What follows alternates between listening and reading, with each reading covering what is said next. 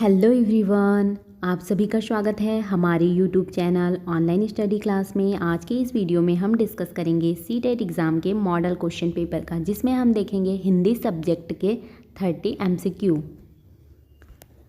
Question number 1 है, नमस्ते शब्द का अर्थ क्या होता है? शांति, प्रणाम, धन्यवाद, शुभकामनाएं। इसका राइट आंसर है ऑप्शन नंबर बी, प्रणाम। नमस्ते शब्द का अर्थ होता है प्रणाम। क्वेश्चन नंबर 2 है, हिंदी में संधि का क्या अर्थ है? एक शब्द का विभाजन, दो या दो से अधिक शब्दों का मिलना, वाक्य का पुनरावृत्ति, शब्द का प्रकट होना। इसका राइट आंसर है ऑप्शन नंबर बी, दो या दो से अधिक शब्दों का मिलना। हिंदी में संधि का क्या अर्थ है? दो या दो से अधिक शब्दों का मिलना। क्वेश्चन नंबर 3 है, निम्नलिखित में से कौन सा शब्द समानार्थक शब्द है? शिक्षक, अध्यापक, हाथी, घोड़ा, पुस्तक, कागज, फूल, पत्तियाँ। इसका राइट आंसर है ऑप्शन नंबर ए, शिक्षक, अध्यापक। निम्नलिखित में से कौन सा शब्द समानार्थक है? शिक्षक, अध्यापक। क्वेश्चन नंबर 4 है, बच्चों की शिक्षा पर कौन सा लेख प्रसिद्ध है? बालकों का भविष्य, बालकों का जीवन, हमें अपनी जिम्मेदारी समझनी होगी, या फिर बच्चों की शिक्षा का महत्व। इसका राइट आंसर है ऑप्शन नंबर डी, बच्चों की शिक्षा का महत्व। बच्चों की शिक्षा पर कौन सा लेख प्रसिद्ध है? बच्चों की शिक्षा का महत्व। क्वेश्चन नंबर 5 है, काव्य शब्द का पर्यायवाची क्या है? कविता, निबंध, कहानी, नाटक। इसका राइट आंसर है ऑप्शन नंबर ए, कविता। काव्य शब्द का पर्यायवाची क्या है? कविता। क्वेश्चन नंबर 6 है, हिंदी की सबसे पहली व्याकरण पुस्तक का नाम क्या था? हिंदी व्याकरण, हिंदी शब्दावली, संस्कृत व्याकरण, हिंदी की पहली ग्रंथ। इसका राइट आंसर है ऑप्शन नंबर ए, हिंदी व्याकरण।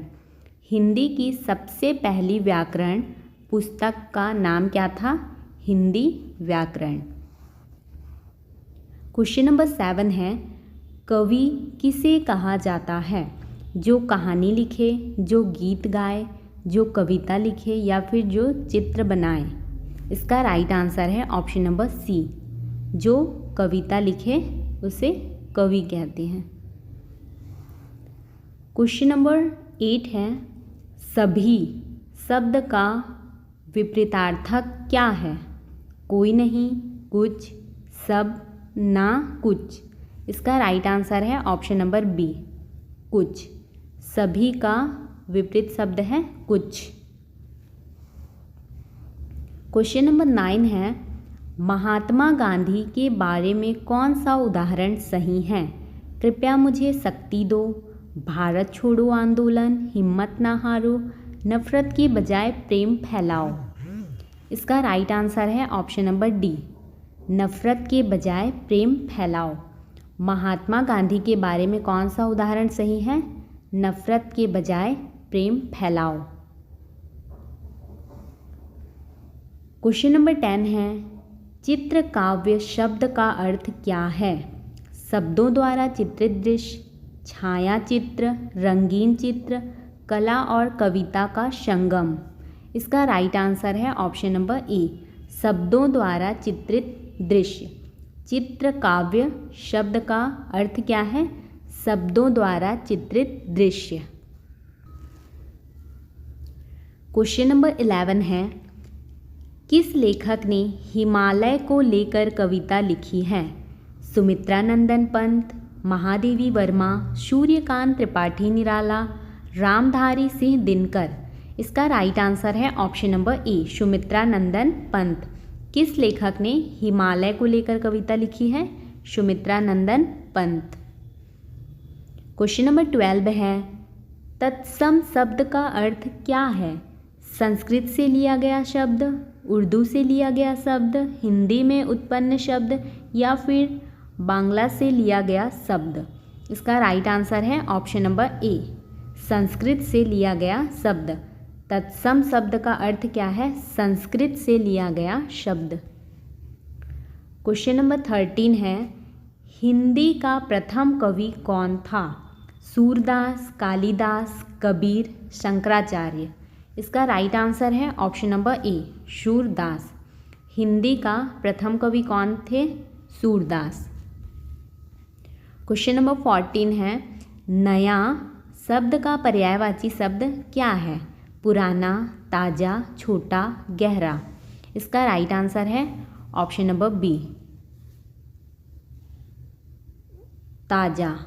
नया शब्द का पर्यायवाची शब्द है ताज़ा।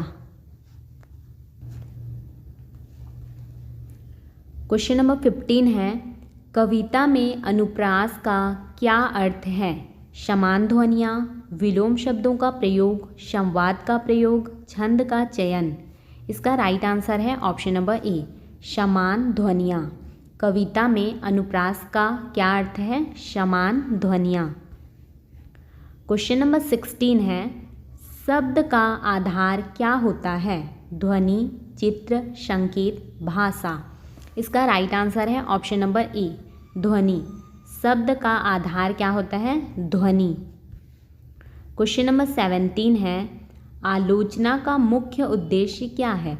किसी वस्तु की स्तुति करना, किसी व्यक्ति की प्रशंसा करना, किसी वस्तु या विचार का मूल्यांकन करना या फिर किसी विचार को नकारना? इसका राइट आंसर है ऑप्शन नंबर सी, किसी वस्तु या विचार का मूल्यांकन करना। आलोचना का मुख्य उद्देश्य क्या है? किसी वस्तु या विचार का मूल्यांकन करना। क्वेश्चन नंबर 18 है, अनुवाद के लिए किस शब्द का प्रयोग होता है? भाषांतर, संवाद, कविता, व्याख्यान? इसका राइट आंसर है ऑप्शन नंबर ए, भाषांतर। अनुवाद के लिए किस शब्द का प्रयोग होता है? भाषांतर शब्द का। क्वेश्चन नंबर 19 है, हिंदी के पहले काव्य का नाम क्या है? रामायण, महाभारत, श्रीमद् भागवत गीता, ऋग्वेद? इसका राइट आंसर है option number A, Ramayana. Hindi के पहले काव्य का नाम क्या है? रामायण।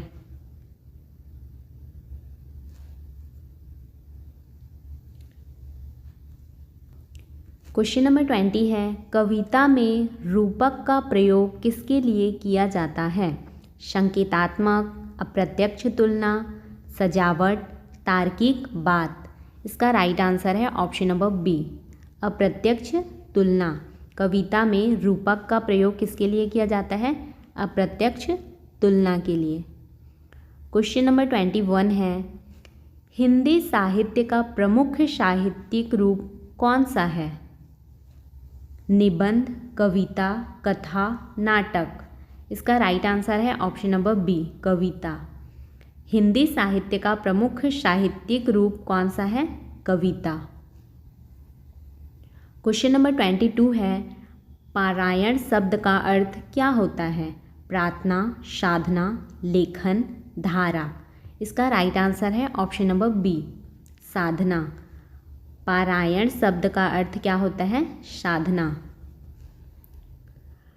क्वेश्चन नंबर 23 है, शब्द के किस रूप से भाषा की संरचना होती है? शब्दार्थ, वाक्य, संज्ञा, विशेषण? इसका राइट आंसर है ऑप्शन नंबर बी, वाक्य। शब्द के किस रूप से भाषा की संरचना होती है? वाक्य से। क्वेश्चन नंबर 24 है, साहित्य की परिभाषा किसने दी थी? सूरदास, जयशंकर प्रसाद, बालकृष्ण शर्मा, नवीन, हुमायूं कबीर? इसका राइट आंसर है option number C, Balkrishna Sharma, Naveen. साहित्य की परिभाषा किसने दी थी? बालकृष्ण शर्मा, नवीन ने। क्वेश्चन नंबर 25 है, स्वतंत्रता संग्राम के बारे में कौन सा लेखक प्रसिद्ध है? प्रेमचंद, महात्मा गांधी, जवाहरलाल नेहरू, रामधारी सिंह दिनकर? इसका राइट आंसर है option number B, Mahatma Gandhi. स्वतंत्रता संग्राम के बारे में कौन सा लेखक प्रसिद्ध है? महात्मा गांधी। क्वेश्चन नंबर 26 है, प्रकृति का चित्रण किस काव्य शैली में होता है? यथार्थवाद, प्रतीकवाद, रोमांटिकवाद, निराकारवाद। इसका राइट आंसर है ऑप्शन नंबर सी, रोमांटिकवाद। प्रकृति का चित्रण किस काव्य शैली में होता है? रोमांटिकवाद में। क्वेश्चन नंबर 27 है, शब्द का उचित रूप कौन सा है? वस्तु, भाषा, ध्वनि, विचार। इसका राइट आंसर है ऑप्शन नंबर सी, ध्वनि। शब्द का उचित रूप कौन सा है? ध्वनि। क्वेश्चन